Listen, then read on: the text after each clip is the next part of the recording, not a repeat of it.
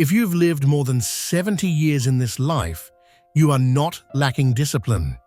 You are not lacking experience. And you certainly are not lacking reasons to hold on to what you have. You've lived through war, crisis, and scarcity. You learned to keep things because you might need them someday. And many of those habits helped you survive, stay strong, and raise a family. So today's video is not here to say that you've lived the wrong way, and it's not here to tell you to throw everything away. Think of this as a gentle invitation, a question for you to quietly ask yourself, is there anything in this home that's making your life today harder than it needs to be? Not because you're weaker, not because you're incapable, but simply because life has changed, and some things that once fit your life no longer serve you now. Today we're going to look at 7 things that aren't exactly junk, but quietly make life, after 70, feel heavier. You don't have to agree with all of them. Just listen and keep what truly fits you. 1. The parts of your home you no longer walk into. Have you noticed that in your home there are areas you haven't stepped into for a long time? Maybe it's a spare bedroom, a corner filled with stored items, or a walkway where you always have to step aside as you pass. This is very common after 70, not because you're lazy, but because life naturally becomes smaller. But what's the invisible cost? Those spaces don't just take up room. They make your home harder to move through, harder to clean, and less safe every day. You don't have to clean out the whole room.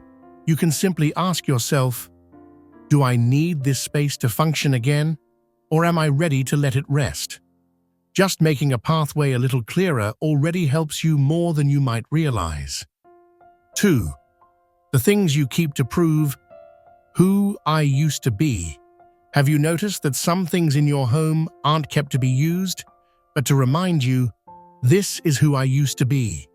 Maybe it's tools from a past career, clothes from a role that has ended, objects tied to a title you once carried with pride. That's completely understandable. After 70 years, your identity is built from many chapters. But the invisible cost is this.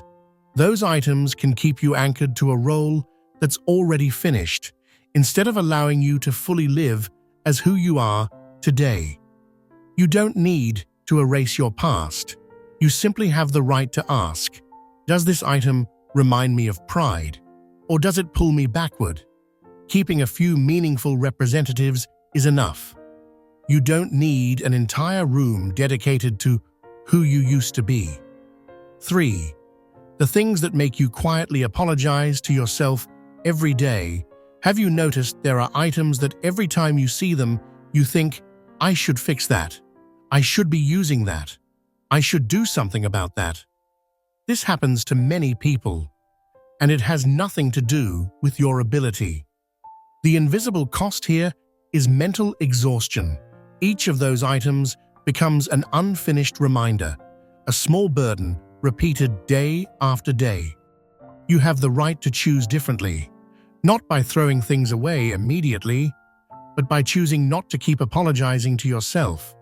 If an item exists only to make you feel guilty, it may have already completed its purpose. 4.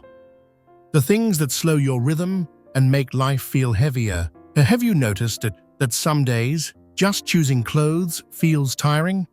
Just going into the kitchen feels like a chore? Even cleaning the bathroom feels stressful? This isn't because you're getting older.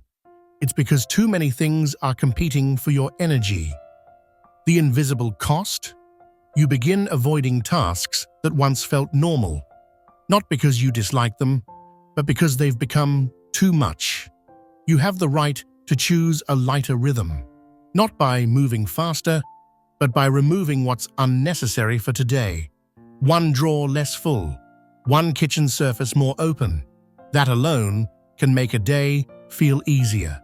5. The things you keep simply because I don't know who to give them to. Many people say, the hardest part isn't letting go, It's not knowing where things should go. This is very common, especially for those who've lived a lifetime avoiding waste.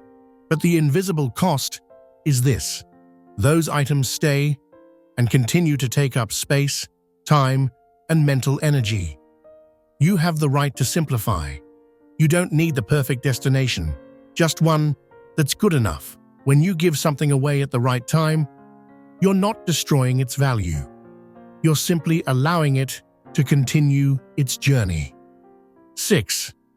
The things that pull you into the past instead of supporting the present. Some items carry deep memories. They were once important, and because of that, letting go isn't easy. That's completely normal. No one should rush memory. But the invisible cost comes when too many objects constantly pull your attention backward and the present begins to fade. You don't need to let go of everything. You can choose to keep less, but more meaningfully. A small memory box, a few truly representative pieces. That's enough to honor the past while still giving the present room to breathe. 7. Anything that no longer allows your home to serve you. Finally, there's one simple question. If you live here for another 10 years, will this help you or make life harder? There's no right or wrong answer, only what's right for you. A home after 70 doesn't need to look like anyone else's. It only needs to support you living more easily each day. You don't need to declutter the entire house. You don't need to be perfect. You only need to make tomorrow a little easier than today. One corner, one drawer, 15 minutes. That's enough. If today you cleared just one thing, you've already done very well. Your home is not a place to prove who you used to be. It's a place that supports who you are now. Thank you for staying until the end of this video. If you're still here, it means you truly care about your life. If you'd like, share in the comments. What's the first thing you want to make lighter in your home? We don't need to rush. We only need to move in the right direction. See you in the next videos from Senior Rise.